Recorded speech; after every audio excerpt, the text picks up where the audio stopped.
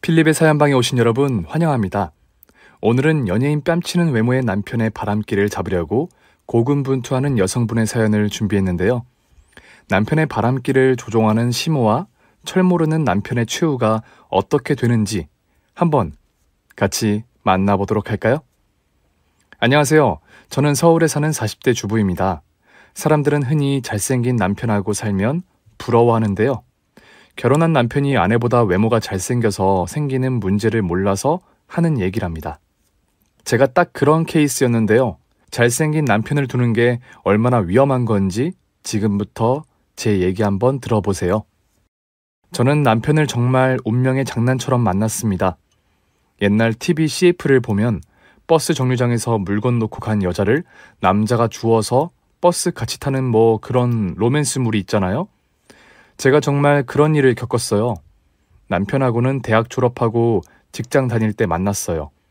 아침 근무가 있는 회사 특성상 새벽 6시인가 일찍 출근해야 했던 저는 어느 날 집 근처 버스 정류장에서 설치된 난로 벤치에 앉아 있다가 버스를 탔는데요. 그만 목도리를 버스 정류장에 두고 타버린 것이죠. 그때 저는 버스 정류장에 아무도 없는 줄 알고 목도리를 잃어버렸다고 생각했죠. 근데 다음날 버스 정류장에서 똑같이 버스를 기다리는데 어떤 근사하게 생긴 남자가 저한테 말을 걸지 않겠어요? 혹시 어제 이 목도리 두고 가셨죠? 어머, 네, 제 것 맞아요. 그런데 이걸 어떻게...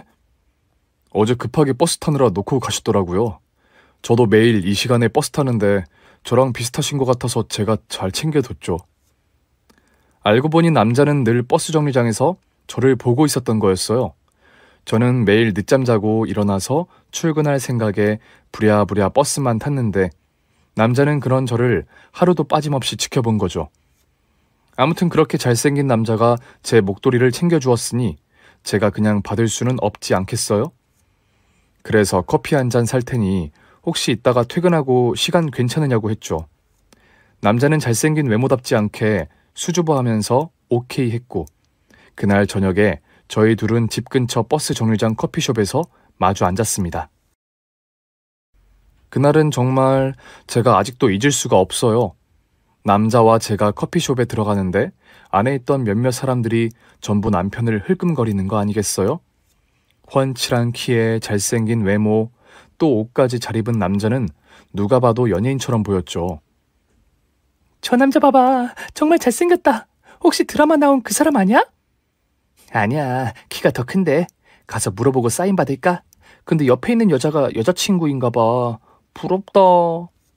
옆에서 그러니까 괜히 제 어깨가 으쓱 하더군요. 마치 제가 실제 여자친구라도 되는 것처럼요.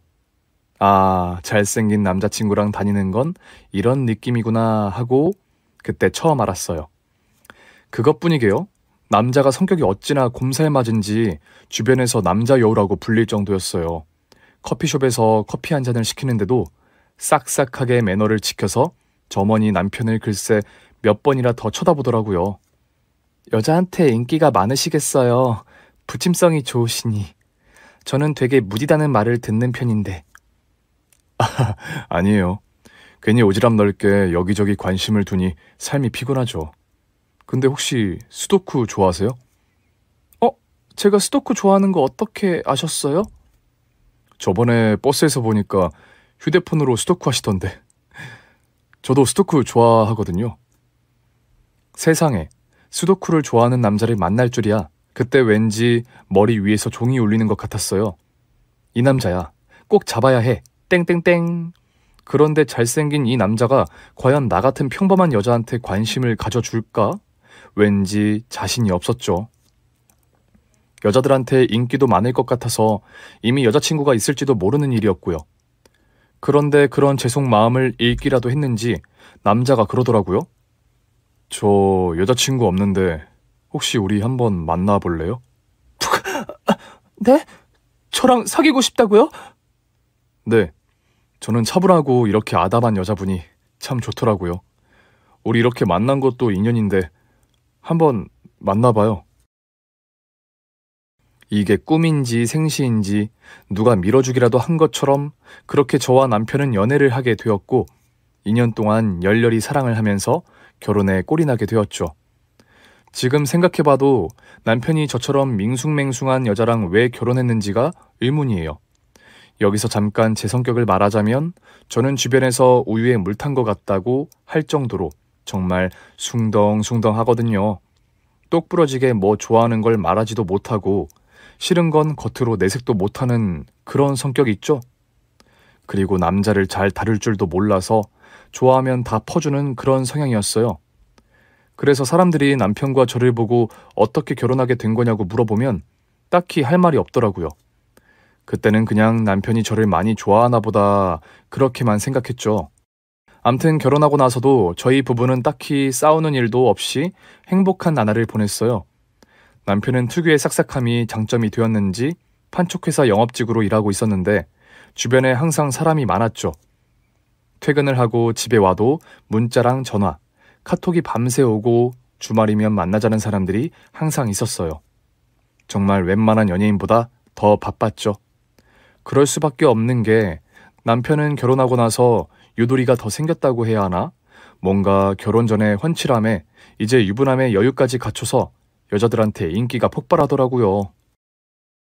한 번은 제가 회사에서 일을 하고 있는데 페이스북 메신저로 이름 모르는 여자한테 메신저가 온 적이 있었거든요. 남편 일로 급하게 좀 만나자는 거예요. 자기가 고백할 게 있다고 해서 저도 퇴근하고 부랴부랴 약속 장소로 나갔죠. 약속 장소에 나온 여자는 40대 초반 여자였는데 누가 봐도 미혼처럼 보였죠. 골드미스라고 해야 할까요? 명품 코트에 명품백을 세련되게 메고 나온 여자는 정말 예쁘고 날씬했어요. 퉁퉁한 코트 패딩의 저와는 대조적이었죠. 저기 혹시 땡땡땡씨 맞으시죠? 네, 그런데 누구시죠? 저는 그쪽 남편 회사 상사예요. 알고 지낸 세월로 따지면 그쪽보다 훨씬 오래됐죠. 네, 그런데요. 저는 그쪽하고 결혼한다고 할 때 반대했어요. 저랑 거의 결혼 직전까지 얘기가 나왔었거든요. 이게 뭔 소리? 저는 속으로 약간 당황했지만 겉으로 티를 내지 않았어요. 이 여자가 헛소리를 한다고 생각했죠. 남편을 믿었기 때문에 무슨 말을 하나 들어보자는 심산이었죠. 그래서 하고 싶은 얘기가 뭔데요? 이혼하세요, 깔끔하게. 그리고 더 늦기 전에 새 출발하세요. 저희 결혼한 지 이제 고작 3달 되었어요. 댁이 뭔데 이혼하라 말아요? 그쪽 남편이 여자들한테 얼마나 인기가 많은지 알죠? 남편이 여우과라는 것도 아실 테고. 그게 뭐 어쨌다는 건데요? 아마 결혼 생활이 순탄하지 않을 거예요. 그쪽이 불행할까봐 걱정되어서 하는 얘기예요. 참나, 본인 걱정이나 하시죠. 괜히 잘 사는 남의 집 분란 일으키지 말고. 저는 너무 화가 나서 자리를 박차고 나왔어요. 그게 얼마나 뼈있는 얘긴지는 그 당시에는 까맣게 몰랐고요. 그리고 그날 밤 남편한테 얘기는 해야 할 것 같아서 잠자리에서 넌지시 얘기를 꺼냈죠. 그랬더니 남편이 갑자기 안색이 바뀌면서 당황하더군요. 요즘 회사 일이 많아서 스트레스 받으셨나? 그냥 직장 상사일 뿐이야. 왜 당신을 찾아온 거지? 황당하네. 그러게. 근데 자기 혹시 그 여자랑 결혼 약속했던 적 있어? 결혼 약속? 아까 그 여자가 그러던데 자기랑 결혼하기로 한 사이였다고. 아까는 그냥 흘려들었는데 마음에 계속 걸려서. 무슨 말이야. 자기도 알잖아. 내가 결혼 전에 연애할 동안 바람 한 번도 안 핀 거. 그 여자가 미쳤나 보네. 부서를 옮겨달라고 해야겠어. 그렇지? 그 여자가 잘못 알고 있는 거 맞지? 내가 너무 사람 좋게 대해줘서 그런가 봐. 앞으로는 내가 주의할게. 저는 조금 의구심이 남았지만 다 남편이 잘난 덕에 생긴 일이라고 그냥 넘어가기로 했어요. 그런데 이후에도 그런 비슷한 일이 계속 반복되더라고요. 한밤중에 남편 카톡으로 사랑해라고 하는 여자도 있었고 집으로 발신처를 알 수 없는 선물이 온 적도 있었고요. 말 그대로 연예인한테 팬심으로 보내는 그런 선물이랄까? 대체 남편이 밖에서 어떻게 하고 돌아다니길래 결혼한 유부남한테 그런 선물 공세가 가능한 건지 저는 조금씩 이상한 생각이 들었어요.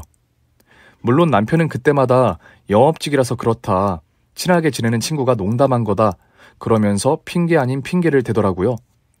저는 남편 말을 어디까지 믿어야 할지, 남편이 이상한 건지, 남편의 주변 여자들이 이상한 건지 잘 판단이 안 되기 시작했어요. 하도 답답해서 시모를 찾아간 적도 있었죠. 시모는 제가 결혼하기 전부터 저를 마음에 들어하지 않아서 결혼하고도 그리 가깝게 지내지 않았는데 이번에는 안 되겠다 싶더라고요. 남편의 이런 상황을 잘 아는 건 아무래도 시모일 테니까요. 그래서 모처럼 과일 바구니를 사들고 시모 댁에 갔죠. 제가 사정을 쭉 말했더니 시모는 별 대수롭지 않은 일이라는 반응이었어요. 남편이 사회생활 잘하면 좋은 거지 뭐. 너는 네 남편이 잘 나가는 게 배 아프니? 어머님, 그게 아니고요. 남편이 여러 사람하고 연락하고 지내는 거야 상관없는데 유독 여자들한테 연락이랑 선물이 자주 와서. 질투하는 거니? 너처럼 불어터진 두부 같은 애야 모르겠지만 우리 아들은 어릴 때부터 워낙 인기가 많아서 생일 때도 방안이 선물로 가득 찼어. 바람 핀 것도 아니고 유난 떨지 마라. 어머니, 유난 떤다니요. 그냥 저는 남편이 걱정되어서 한번 물어본 거예요. 글쎄, 너나 잘해. 뭐든 한쪽이 치우치면 기우는 법이다. 너도 사교성을 좀 키워서 네 남편하고 균형을 좀 맞춰보렴. 그럼 그런 오해도 조금 덜 갖게 될 거 아니겠니? 저는 남편을 감싸고 도는 시모가 얄미웠지만 제가 사교성이 없어서 남편이 더 밖으로 돈다는 말을 들으니까 괜히 불안해지더군요. 결혼하고 나서는 더더욱 편한 차림으로 다녔던 저와 달리 남편은 결혼 전과 결혼 후가 아무런 차이가 없어서 평소에 같이 다니면 부부로 안 보는 사람들이 많았거든요. 꼭 제가 결혼 안 한 잘생긴 남동생을 데리고 다니는 걸로 보는 사람들이 많았어요. 저희 부부는 동갑인데도 말이에요. 그래서 이대로는 안 되겠다 싶어서 저도 그때부터 뭔가 사교적인 사람이 되어야겠다는 생각이 들더군요. 그래서 친구들한테 물어보니 엄마들 정보가 맘카페에서 많이 공유된다고 하길래 그날로 당장 지역 맘카페에 가입하게 되었죠. 안녕하세요. 처음 인사드립니다. 저는 결혼 1년 차인데 벌써 아줌마가 되어가는 것 같아서 속상하네요. 저랑 같이 친구하실 분 계신가요? 그렇게 카페에 글을 올렸더니 며칠 뒤에 카페에서 쪽지 한 통이 날아와 있더군요. 뭔가 싶어서 열어봤더니 저랑 가까운 동네에 사는 분이 친구하자고 보낸 쪽지였어요. 이름이 방글맘이었죠. 알고 보니 방글맘은 저랑 같은 아파트 단지에 사는 3살 많은 언니였어요. 방글맘을 처음 만난 날은 정말 충격을 받았죠. 인스타에서 팔로워가 1만 명이 되는 방글맘은 옷이며 헤어스타일, 가방까지 안 꾸민 데가 없는 그야말로 인플루언서더라고요. 결혼하기 전에 스타일리스트를 했다더니 누가 봐도 멋쟁이에다가 매력을 뿜어내는 분이었어요. 게다가 초등학생 애까지 있다니 아무도 안 믿을 것 같았죠. 방글맘은 저를 보더니 조금 꾸미고 살 필요가 있을 것 같다고 하더군요. 치아기 전혀 안 꾸미고 사는구나? 이렇게 하면 남편이 금방 땀만 품어요. 지금이야 신혼이라 잘 모르겠지만 연애 때 감정 금방 식는다고. 정말요? 안 그래도 남편이 여자들한테 인기가 많아서 걱정이에요. 저도 방글맘처럼 되고 싶은데 뭐부터 하면 좋을까요? 일단 내가 다니는 이 헬스클럽 좀 끊어 자기야. 그리고 나랑 같이 쇼핑하러 가자. 방글맘은 마치 저희 남편의 판박이 같았어요. 꾸미는 것도 잘 꾸미고 외모도 예쁜 데다가 성격까지 좋았으니까요. 방글맘은 어디를 가도 VIP 대우를 받았고 쉴 새 없이 전화와 문자가 왔죠. 그야말로 연예인이었어요. 저는 속으로 세상에 이런 사람들이 있기는 하구나 하고 감탄을 했죠. 제 남편이 옆에 있는 것 같을 정도로 둘이 똑 닮아있더군요. 혹시 방글맘도 제 남편을 아나 싶어서 은근슬쩍 떠서 물어본 적도 있어요. 그런데 방글맘은 이 동네에서 오래 살긴 했지만 제 남편을 알지는 못하더군요. 아무튼 방글맘을 따라다니면서 저도 조금씩 예뻐지기 시작했죠. 쌍꺼풀 수술도 하고 네일도 받고 다이어트를 하니까 저도 조금씩 예뻐지더군요. 남편도 저를 응원해 주니까 신이 나서 더더욱 열심히 노력을 했어요. 그러던 어느 날인가 방글맘하고 헤어져서 집에 왔는데 남편한테 갑자기 카톡이 왔어요. 나 오늘 밤샘 근무라서 못 들어갈 것 같아. 미안한데 먼저 자. 매일 회식이며 친구들 술자리에 정신이 없었지만 남편은 결혼하고 나서 한 번도 외박을 하지 않았거든요. 그랬던 남편이 갑자기 밤샘 근무라니 이상했어요. 영업직이 밤샘 근무를 한다는 건 곧 술자리라는 뜻이잖아요. 그래서 저는 일단 응 알았어 그러고 옷을 챙겨 입고 남편 회사로 택시를 타고 갔죠. 그리고 1층 커피숍에서 앉아서 남편 회사 출입구 쪽을 살폈죠. 그런데 이게 웬일? 6시 30분쯤에 남편이 회사에서 나오더군요. 무슨 좋은 일이 있는지 한껏 미소를 띠면서 밖으로 나오는데 맞은편에서 하얀색 코트를 입은 긴 생머리 여자가 갑자기 남편을 보고 달려오는 거 아니겠어요? 아니, 남편이 야근을 한다는 사람이 이게 웬일일까 싶어서 순간 당혹스럽고 불안한 마음이 들었어요. 두 사람은 한참을 서서 얘기하더군요. 곧바로 남편 휴대폰으로 전화를 걸었어요. 그랬더니 전화를 받지 않는 거예요. 전화를 받을 때까지 걸려고 몇 번이나 시도를 했지만 허사였어요. 남편이 저한테 거짓말을 하고 바람을 피고 있는 게 분명했죠. 저는 조심스럽게 두 사람을 미행하기 시작했어요. 만약 남편이 바람을 피웠다면 결정적인 증거를 잡아야 했죠. 배신감과 분노가 치밀어 오르는 걸 누르고 두 사람을 멀찌감치 뒤따르면서 가기 시작했어요. 그런데 두 사람이 모텔로 들어가는 거 아니겠어요? 저는 이때다 싶어서 모텔로 들어가려는 남편 발을 낚아 채고 돌려 세웠어요.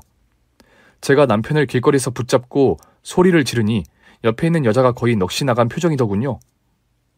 당신이 여긴 무슨 일이야? 그걸 몰라서 물어? 나한테 야근한다고 하더니 이 여자랑 모텔에 들어가서 뭐 하려고 했는데? 아니야. 지금 나 일 때문에 온 거라고. 일? 모텔에 일 보러 온 거면 딱 하나지 뭐. 이 여자가 먼저 꼬셨어? 너 이리 와봐. 뭐 하는 거예요? 이거 안 나요? 멀쩡하게 생긴 게 남의 남편을 꼬셔? 너 오늘 맛 좀 봐라. 자기 미쳤어? 여기 내가 부서 이전하고 처음 같이 일하게 된 우리 회사 과장님이라고!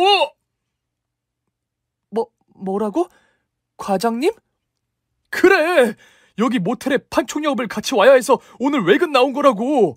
근데 자기 이게 무슨 행패야 갑자기! 알고 보니 제가 남편을 오해하고 실수한 거였어요. 남편은 이전 부서에서 옮기고 나서 회사에서 새로운 부서로 발령을 받았는데 그게 호텔과 모텔, 판촉 부서였던 거예요. 그리고 같이 동행했던 여자는 남편의 직속 상사인 여자 과장이었고요. 아니 과장이 그렇게 예쁘면 어떻게 하나. 나 참 황당했지만 어쨌든 제가 대실수를 한 거였죠. 그래서 그 여자 과장님한테 그날 손이 발이 되도록 빌었어요. 제가 의부증이 있어서 어쩌고 저쩌고 요즘 남편이 집에 늦게 들어와서 어쩌고 저쩌고 온갖 헛소리를 해댔죠. 자칫하면 남편이 회사에서 잘릴 뻔한 위기였는데 그래도 그 과장은 성격이 좋아서 그 일을 용서해 주더군요. 이후부터는 정말 남편한테 찍소리도 못하고 살았죠. 밤에 안 들어오는 것도 왜 그랬는지 묻지 못했고요. 남편도 저한테 좀 실망했는지 그때부터는 더더욱 저녁 약속이며 술자리가 많아지더군요. 그런데 여자의 직감이라는 게 있잖아요. 처음엔 실수였지만 왠지 남편이 흘리고 다닌다는 저의 직감은 계속되었어요. 남편은 아니라고 발뺌을 하지만 남편이 향수를 유독 많이 뿌리고 아침마다 속옷을 갈아입는 봄이 영 수상하더군요. 저는 남편한테 직접 물어보지는 못하고 조금씩 남편의 동태를 살피기 시작했어요. 그때쯤에는 방글맘하고도 친해져서 제 고민을 털어놓았죠. 그랬더니 방글맘 그러더군요. 내가 뭘 했어? 남편 조만간 바람 필 거랬지? 분명 이건 바람 피는 신호네. 그쵸. 제 직감이 맞는 거죠? 이걸 어떻게 해요? 그런데 남편은 저한테 말도 못 붙이게 하는데. 증거를 잡아야지. 근데 섣불리 움직이면 안 되고 딱 상황을 보고 움직여야 해. 그럼 방글맘이 저 좀 도와주세요. 그날 이후부터는 방글맘이랑 같이 남편을 미행하기 시작했어요. 아무래도 남편이 바람피는 게 분명한데 워낙 행동이 재빠른 사람이라서 증거를 잡기가 어렵더라고요. 방글맘은 미행하는 건 별로 좋은 생각은 아니라고 차라리 혼자 여행을 간다고 거짓말을 하라더군요. 그럼 남편이 긴장이 풀려서 여자를 데려올 거라고 하더군요. 저는 방글맘 조언대로 남편한테는 일주일 정도 친구들이랑 제주 여행을 다녀온다고 하고 거짓말을 하고 여행 가방을 들고 집을 나왔어요. 남편은 오랜만에 친구들이랑 바람 쐬고 오라며 용돈까지 챙겨주더군요. 평소 같으면 같이 간다 어쩐다 할 텐데 화색이 도는 걸 보면 더더욱 의심이 갔죠. 그래서 이번에는 결정적인 증거를 잡고야 만다는 생각으로 제대로 작전을 짜기 시작했어요. 방글맘은 남편이 한 명의 여자랑 바람피는 건 아닌 것 같다고 했어요. 그래서 차라리 외모가 출중한 방글맘이 남편을 유혹해보고 넘어오면 그때 증거를 잡으라고 저한테 조언해줬죠. 만약 남편이 방글맘의 가벼운 유혹에 넘어오면 그땐 다른 여자들하고도 바람을 핀다고 추측해볼 수 있을 테니까요. 그래서 방글맘은 명품 풀 창작을 하고 스커트를 입고 남편이 근무하는 회사로 갔어요. 저는 차에서 조용히 그 장면을 지켜봤어요. 방글맘은 마치 우연히 부딪힌 것처럼 핸드백을 떨어뜨리고 남편이 어떻게 나오는지 보기로 했죠. 남편과 부딪히면서 핸드백을 떨어뜨리자 남편이 예의 그 다정한 미소를 지으면서 핸드백을 주워서 주더군요. 그리고 두 사람은 커피숍에서 대화를 나누었고 그 다음 차를 타고 호텔로 이동을 했어요. 그때 저한테 이런 카톡이 오더라고요. 아직 확실치 않으니 일단 멀찍이서 지켜볼 것. 저는 그래서 호텔 주차장에 차를 대고 방글맘이 증거를 잡을 때까지 기다렸죠. 이번에는 남편의 바람기를 단번에 잡을 수 있겠다는 생각에 단단히 벼르게 되더라고요. 그런데 시간이 20분, 30분이 지나도 아무런 연락이 없는 거 아니겠어요? 1시간이 지나도 연락이 없어서 방글맘에게 전화를 해봤는데 받지도 않았고요. 혹시 남편이 방글맘을 때리기라도 하는 건 아닌지 걱정이 되기 시작했죠. 한 2시간쯤 지났을까? 방글맘이 왔더군요. 어떻게 된 거예요? 무슨 일이에요? 전화도 안 받고. 아닌 것 같아. 바람핀 게. 네? 왜요? 무슨 일이 있었는데요? 내가 아무리 꼬셔도 안 넘어와. 그냥 2시간 동안 주구장창 얘기만 하다가 나왔어. 그럼 남편은요? 그냥 가버린 거예요? 갔어. 호텔엔 그럼 왜 들어간 거예요? 억지로 꼬셔보려고 끌고 들어갔는데 반응이 없어. 두 번째 시도 역시 허탕으로 돌아갔죠. 그쯤 되니까 정말 제가 괜한 사람을 잡는 건 아닌지, 제 스스로가 약간 정신병은 아닌지 의심되기 시작했어요. 남편은 정말 그냥 사람 만나는 걸 좋아할 뿐이지 바람핀 게 아닐 수도 있으니까요. 시모 말대로 제가 괜히 남편보다 외모가 뒤떨어지는 것 때문에 콤플렉스를 받는 것일 수도 있으니까요. 하지만 정말 일이 거기까지였다면 제가 이 사연을 쓰지도 않았을 거예요. 이후에 저는 남편을 더 이상 의심하지 않고 지냈고 남편이 사람 만나는 것도 내버려 두었어요. 남편은 제가 자유롭게 외부로 나가도록 해주니까 무척 행복해하더군요. 남편 스타일이 워낙 사람을 좋아하는 거라고 남편과 나는 단지 성향이 다른 것일 뿐이라고 그렇게 생각하고 살 뻔했는데 마침 그 일이 터진 거예요. 어느 날 장을 보고 저녁에 돌아오는데 방글맘이 전화를 걸었더군요. 자기 빨리 지금 남편한테 가봐. 왜요? 무슨 일인데요? 이번엔 확실하게 자기 남편 바람핀 거 잡을 것 같아. 이 동네 사는 다른 맘이 자기 남편이 어떤 여자랑 같이 있는 걸 봤대. 그냥 얘기하는 거겠죠. 저 이제 저희 남편 의심 안 하려고요. 이 바보야. 이번에 결정적인 기회야. 지금 둘이 밥 먹고 자러 갈 것 같다고 하니까 빨리 가봐. 여기 근처야. 저는 그때쯤에는 남편을 더 이상 의심하지는 않았지만 혹시나 하는 마음은 들더군요. 아무래도 찝찝한 마음이 가시지가 않아서 그냥 묵혀두고 있었는데 마지막이다 하는 심정이 들었어요. 남편이 어딘가 계속 찜찜하게 행동한다는 생각도 들었고요. 그래서 부랴부랴 장바구니를 놓고 방글맘이랑 차를 몰고 남편이 있다는 곳으로 갔습니다. 남편은 어느 먹자골목에 있는 식당에서 어떤 여자랑 밥을 먹고 있더군요. 이번에는 10살 정도 어린 여자였는데 아무리 봐도 대학생인지 회사 사람 같지는 않았어요. 만약에 이번에 남편이 대답을 한다면 더 이상 회사 사람이라는 핑계는 댈 수가 없어 보였죠. 저렇게 한참 어린 년이랑 바람을 피고 있었어? 와, 대박이네. 조금 더 지켜봐야겠어요. 바람 핀 게 맞는지. 으이구, 이 바보야. 그러니까 계속 남편한테 속고 사는 거야. 잠깐만요. 지금 움직이네요? 둘은 식당을 나와서 근처에 있는 모텔로 차를 몰고 들어가더군요. 방글맘이랑 저는 조용히 남편 뒤를 밟아서 미행을 했고 둘의 행각이 벌어지기를 기다리면서 차 안에 있었습니다. 그리고 20분 정도 지난 다음에 방글맘과 제가 차에서 내려서 모텔에 들어갔죠. 남편이 있는 호실을 알아낸 뒤에 노크를 하기 시작했어요. 그랬더니 안에서 그 어린 여자애가 나오더군요. 여기 우리 남편 있는 거 다 알고 왔어요. 그 사람 어딨어요? 갔어요, 방금. 네? 갔다고요? 혼자서 갔다고요? 도망갔어. 주차장으로 갔을 거야. 어서 잡아. 저는 비상계단으로 주차장으로 달려갔습니다. 남편의 차가 시동을 걸더니 막 주차장을 빠져나오려고 하더군요. 저는 쫓아가면서 남편 이름을 부르며 소리를 질렀죠. 남편이 그 순간 백미러를 통해 저를 봤을까요? 멀어지는 남편의 차를 보면서 저는 눈물을 흘렸습니다. 호텔로 돌아가니 방글맘이 그 여자를 취조하고 있더군요. 방금 저 사람하고 언제 만났어? 최근에 와인 동호회에서. 너 혹시 대학생이니? 우리 남편이 혹시 돈 줬니? 아니에요. 우리는 그런 사이 아니에요. 우리 사이 좋아하네. 너네 잤어, 안 잤어? 이번 말고 몇 번이나 했어? 저는 저 사람을 진심으로 사랑해요. 지랄이네. 미스테리였어요. 남편은 어떻게 상대방이 자기를 사랑한다고 믿게 만드는 걸까요? 아니, 그보다 그날 대체 어떻게 남편이 제가 오는 걸 알았을까요? 그리고 그 여자랑 정말 바람을 핀 건 맞았을까요? 저는 너무 답답해서 그날 남편이 오기만을 기다렸습니다. 하지만 남편은 외박을 했더군요. 저는 다음날 남편한테 일부러 묻지 않았어요. 어차피 봤다고 해도 잘못 본 거라고, 자기는 그 시간에 야근을 하고 있었다고 핑계를 댈 테니까요. 그런데 그날의 진실은 의외의 순간에 밝혀졌다는 사실입니다.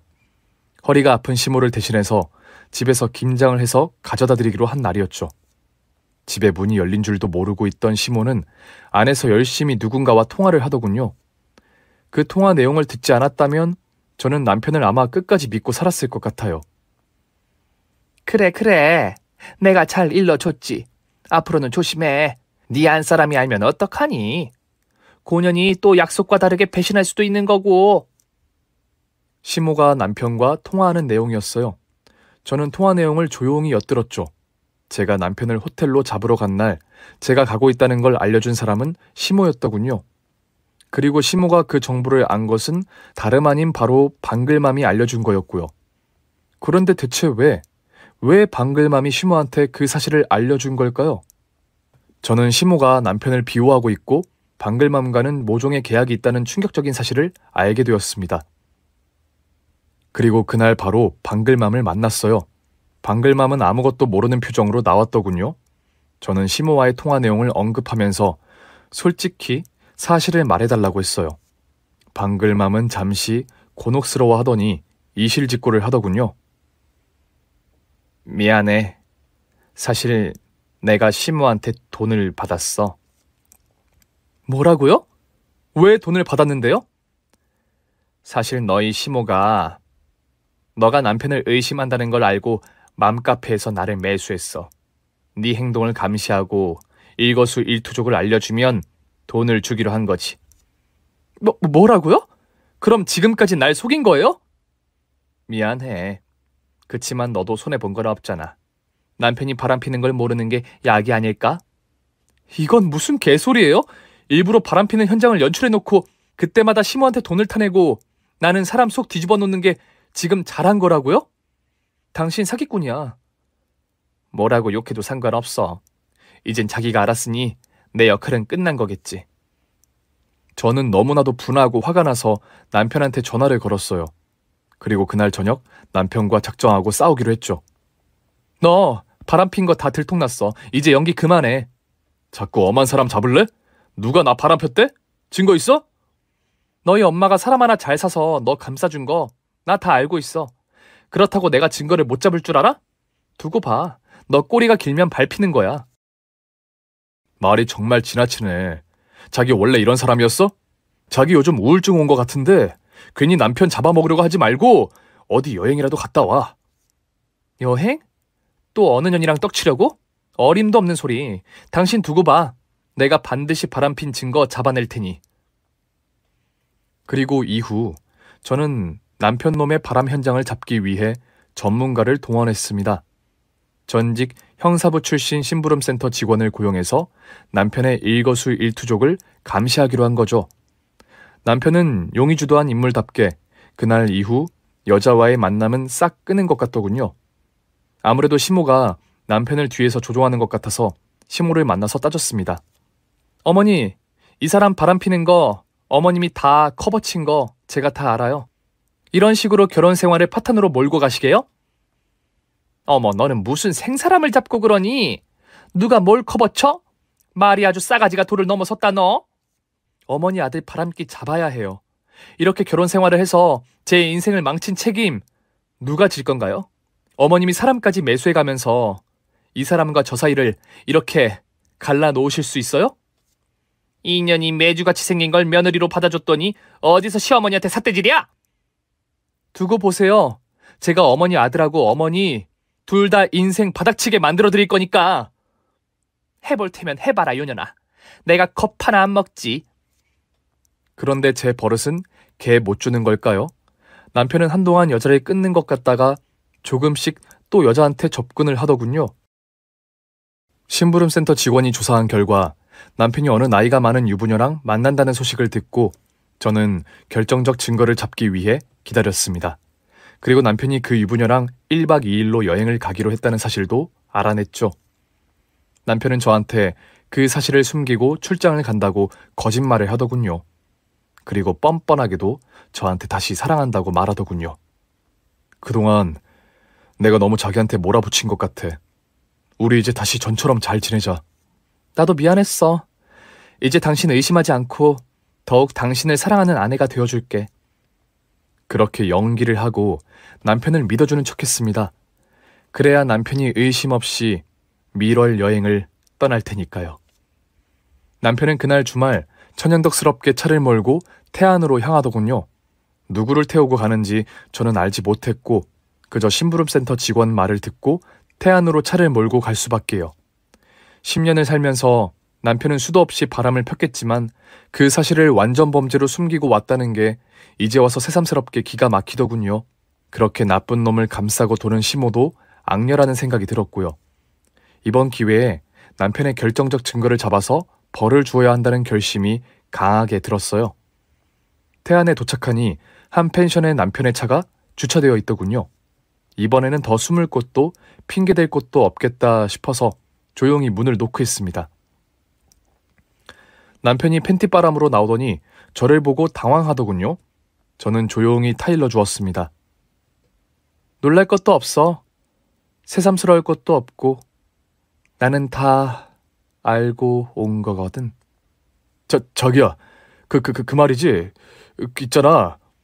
변명할 필요도 없어. 왜 변명을 해? 남자가 떳떳하게 사실을 인정하면 되지. 안에 좀 들어갈게. 주인공을 봐야지. 아니야. 당신 보면 놀랄 거야. 안 돼. 됐고, 거기 누가 계신지 모르겠는데 어서 이리 좀 내려와 보실래요? 2층에서 조용히 발자국 소리를 내면서 어떤 여자가 내려오는데 그 순간 제가 받은 충격은 말로 표현할 수 없습니다. 그 당사자는 바로 방글맘이었어요. 방글맘은 제가 나타날 줄 이미 예상이라도 했다는 듯 놀라지 않는 표정이더군요. 저는 그 사실이 기가 막혀서 말했죠. 이게 대체 무슨 일이에요, 방글맘? 여기 왜 있는 거예요? 자기 결국 다 알아버렸네. 그래, 내가 자기 남편의 내연녀야. 뭐라고요? 내 남편이 내연녀?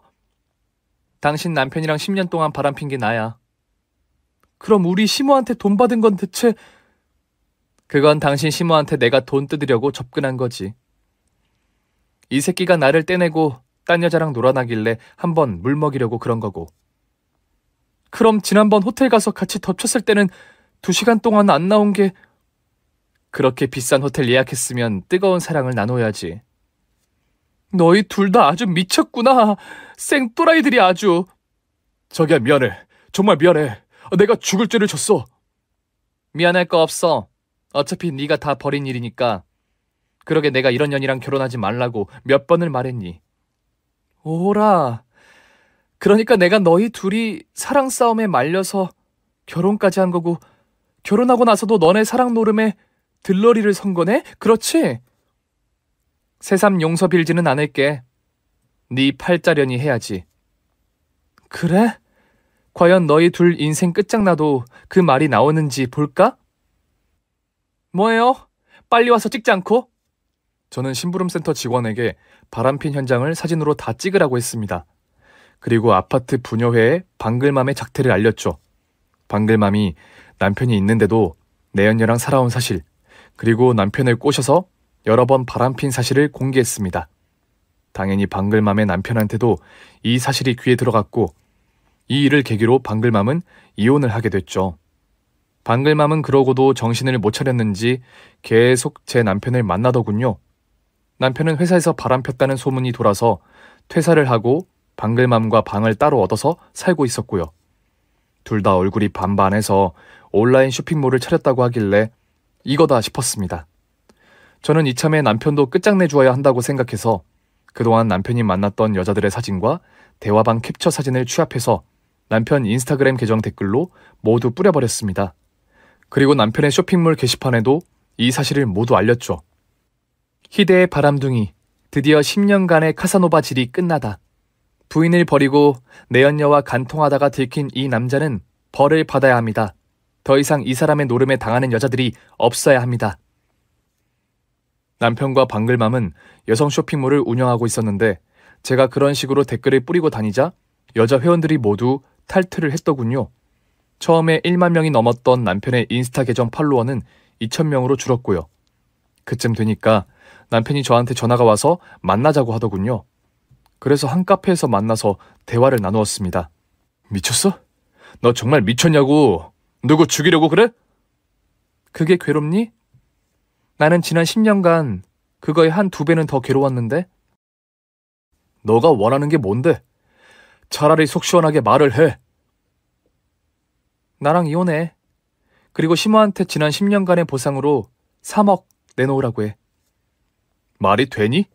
너 얼굴도 못생긴 줄 알았는데 숫자 계산도 못하는구나. 어디 네 맘대로 해봐.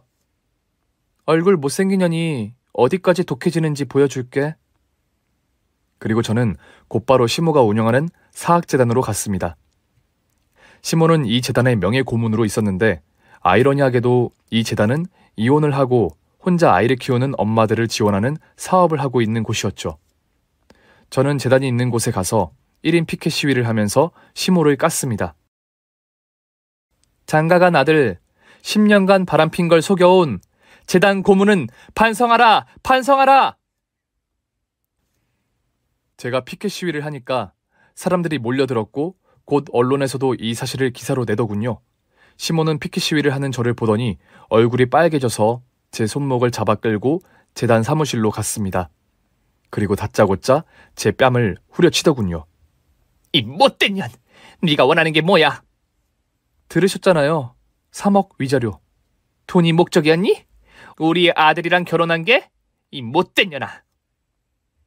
제 잃어버린 10년에 대한 보상으로 적은 금액이죠.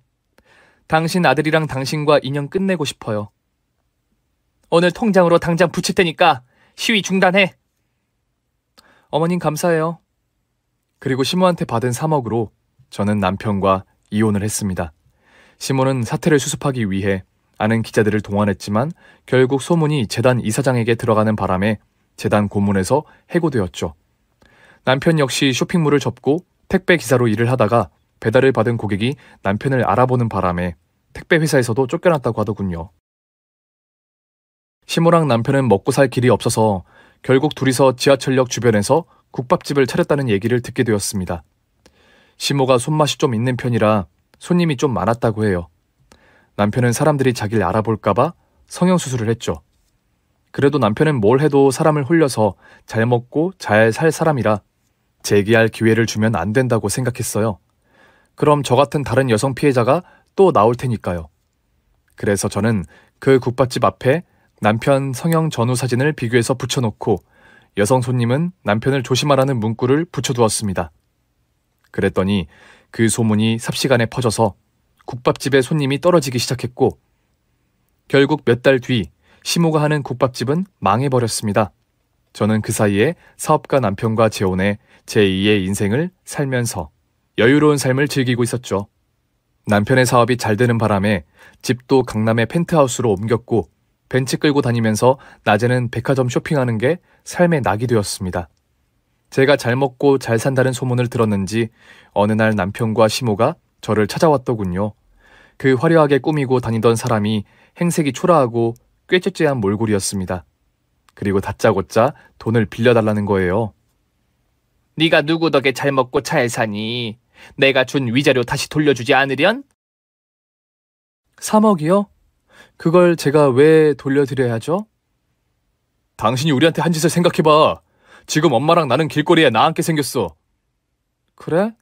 그게 나랑 무슨 상관인데? 그러면 일단 100만 원이라도 좀 줘. 이달 생활비라도 보태 쓰게.